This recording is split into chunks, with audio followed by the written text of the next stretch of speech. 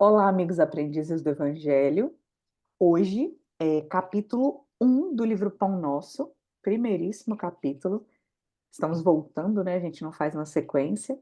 Aí o título é Mãos à Obra, um convite bem legal, baseado na fala de Paulo, primeira epístola aos Coríntios, capítulo 14, versículo 16, em que ele diz: Que fareis, pois, irmãos? Quando vos ajuntais, cada um de vós tem salmo, tem doutrina, tem revelação, tem língua, tem interpretação. Faça-se tudo para edificação. Até rimou, né? Que manda, Polônia. Bom, assim, só a chamada de Paulo, né? Já dá para a gente entender aqui do que se trata o capítulo, né? Mas vamos aqui um pouquinho levando lá para a antiguidade, né? Então, o espiritismo, ele sempre existiu em todos os tempos.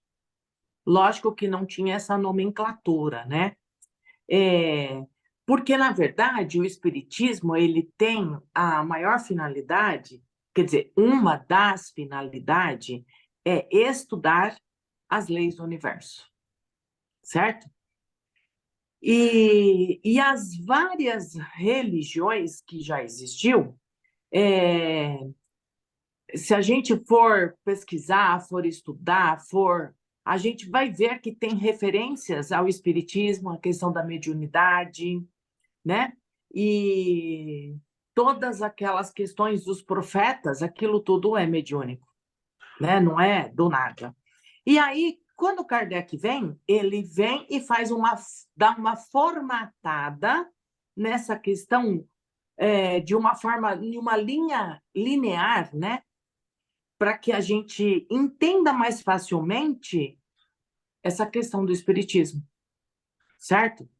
E Paulo, neste versículo, está mostrando que, mesmo que não tenha um profeta, nós temos muito, mas muito material para que a gente possa estudar e aprender. Então, não é necessário que se tenha um médium a todo momento para estar dando uma comunicação, para que a gente tenha a certeza de que o espiritismo existe, né? É... E, na verdade, a gente não precisa buscar novidades, né?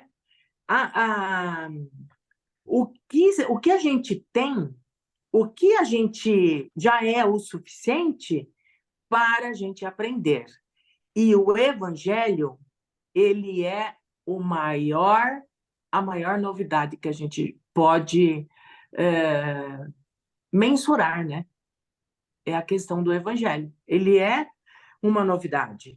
Então, o Paulo aqui destaca também a questão dos estudos, grupo de estudo.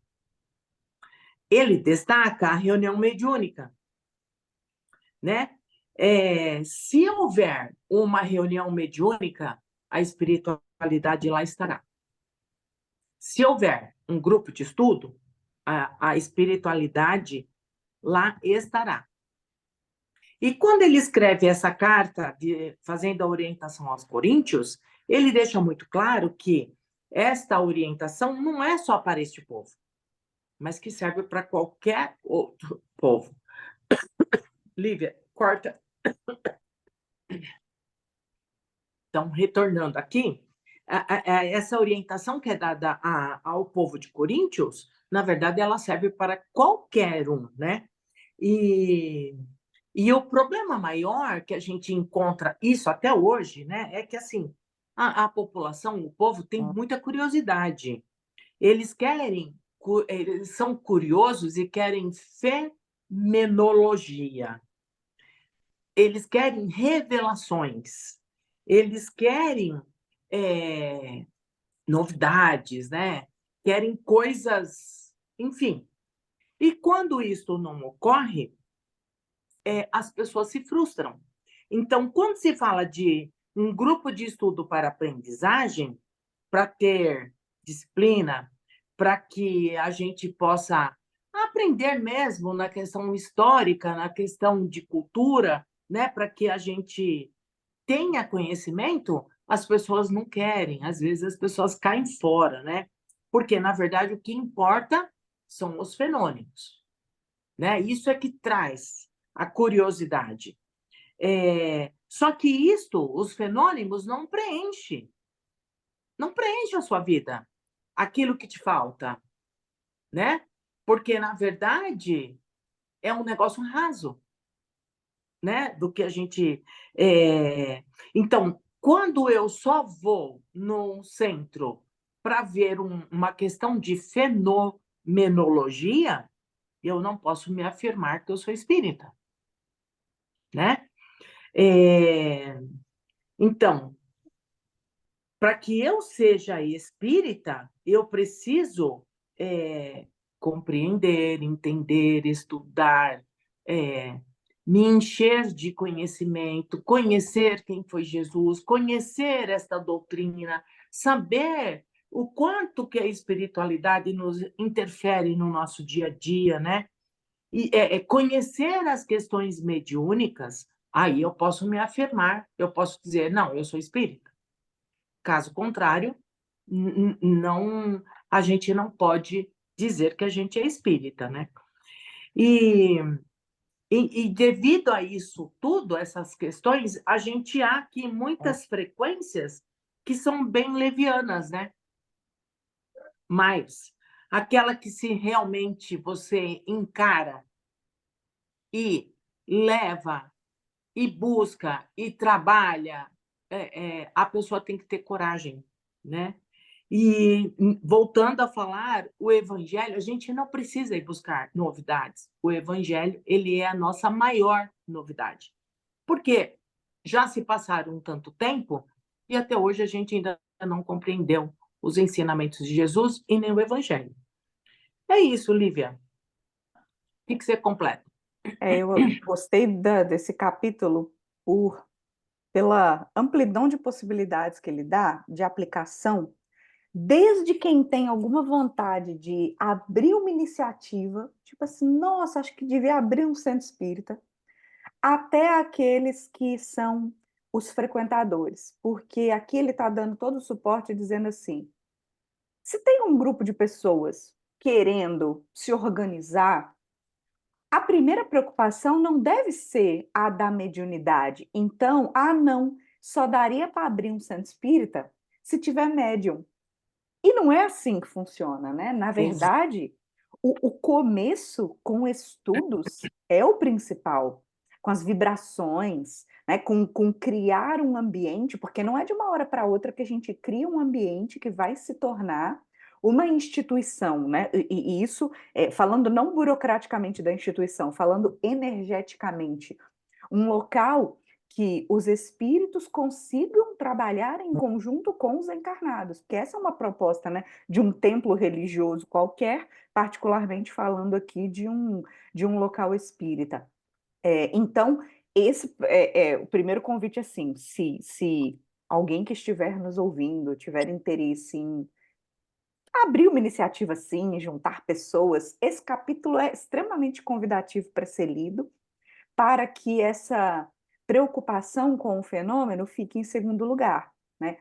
Isso, na verdade, é algo que vai acontecer com o tempo, até porque, ainda que se comece uma reunião com pessoas com capacidades mediúnicas, não, o que a gente mais estuda é que a mediunidade deve ser exercida em um ambiente propício.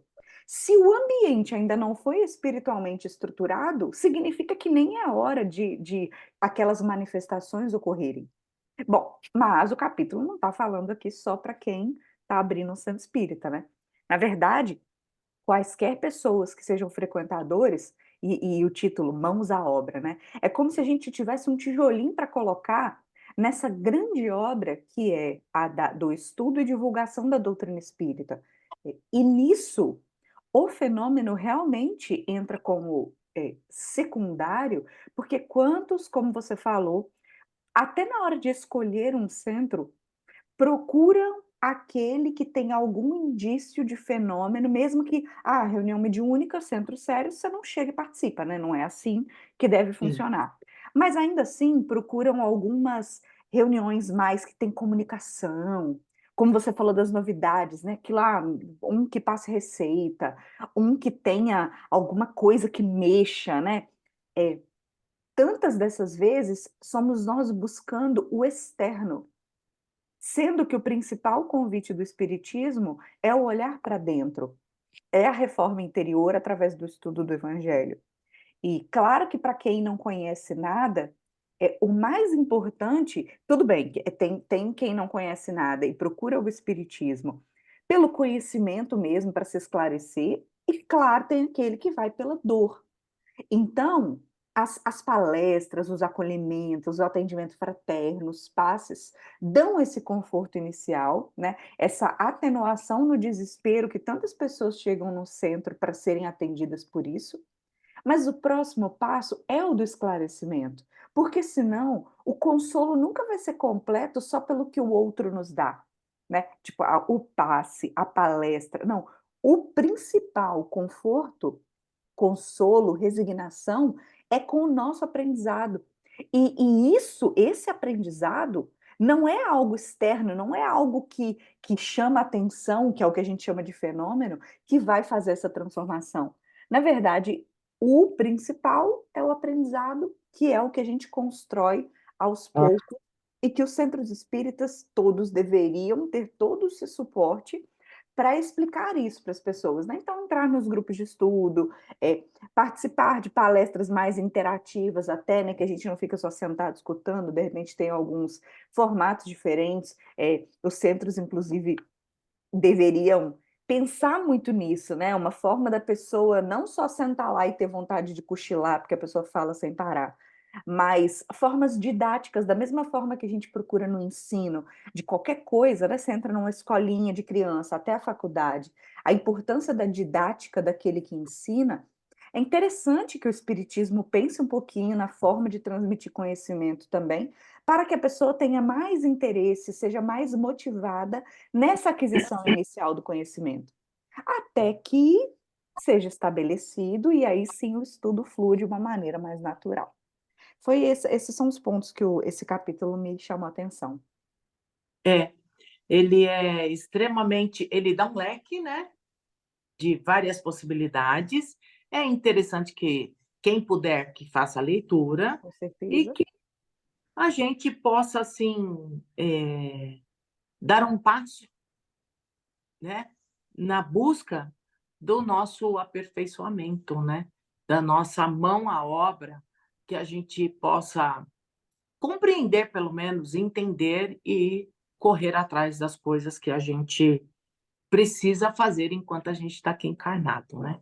Tá E certo. aí vamos, então, à nossa parte importante aqui do nosso evangelho, que é as nossas vibrações, e vamos, assim, retirando as nossas melhores vibrações, os nossos melhores sentimentos e pensamentos, e vamos envolvendo a todo o universo, levando, assim, os nossos símbolos da nossa casa às esferas crísticas, aonde, misturado com essas energias, vão se misturando com as energias das esferas crísticas e vem, assim, de retorno, envolve o nosso planeta Terra.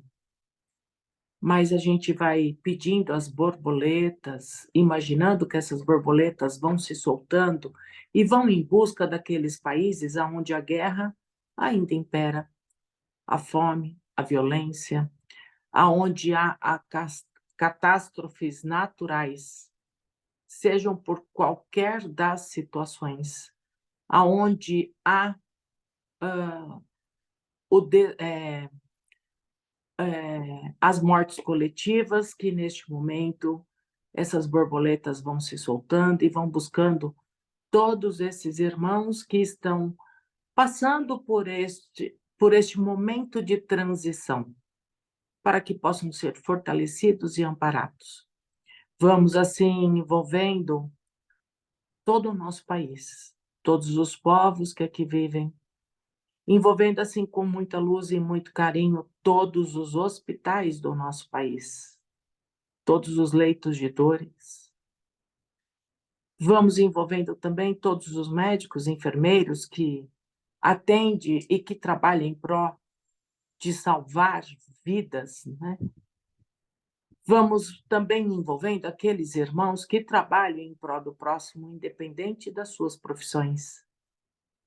Mas também vamos envolvendo todas as escolas, criando assim uma cúpula protetora para todas as escolas, desde a creche até as universidades, para que esses prédios possam ser protegidos e amparados das energias negativas emitidas por irmãos que ainda estão em sofrimento.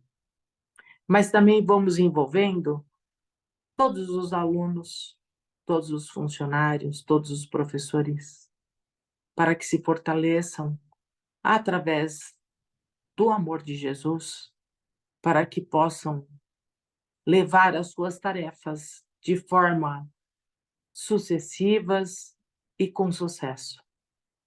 Vamos assim envolvendo o nosso estado, a nossa cidade, o nosso bairro, envolvendo o nosso local de trabalho, e vamos assim envolvendo todos os nossos familiares, mesmo aquele que neste momento não se encontra ao nosso lado. Que todos possam receber o seu quinhão de carinho, de proteção, de amor, de amparo. Mas vamos pedindo ao Mestre que possa adentrar em nossas ruas, que possa, assim, junto com a sua equipe, ir passando e ir visitando todos os moradores da nossa rua. Que possa ir adentrando em suas casas, abençoando os seus alimentos, as suas águas, suas casas, todos aqueles que ali estão em cada lar. E aonde houver um lar em desequilíbrio ou em estado de dor, que a espiritualidade neste momento possa atender esses irmãos. E assim visitando todos os moradores da nossa rua. Mas quando passar em frente à nossa casa, que o mestre possa parar e que toda a sua equipe, junto com o mestre, possa adentrar pela porta principal da nossa casa e ir deixando plasmado muita luz e muita energia, muito amor, muita paz, muita saúde, pelas paredes, pelos tetos, pelos pisos. Vai assim abençoando todos os nossos alimentos, nossos móveis, nossas roupas. Vai assim fluidificando toda a nossa água, para que todos aqueles que dela fazer uso possam sentir os seus benefícios. E assim, deixando muita honestidade em nossos lares.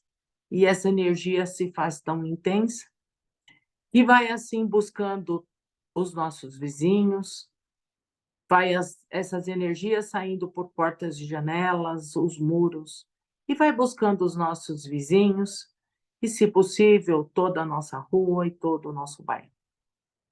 Vamos assim ainda doando as nossas melhores energias a Bezerra de Menezes no espaço, para que ele possa assim utilizar onde se faz necessário. Que assim seja, graças a Deus. E até mais. Até a próxima semana. Até a Abraço. próxima.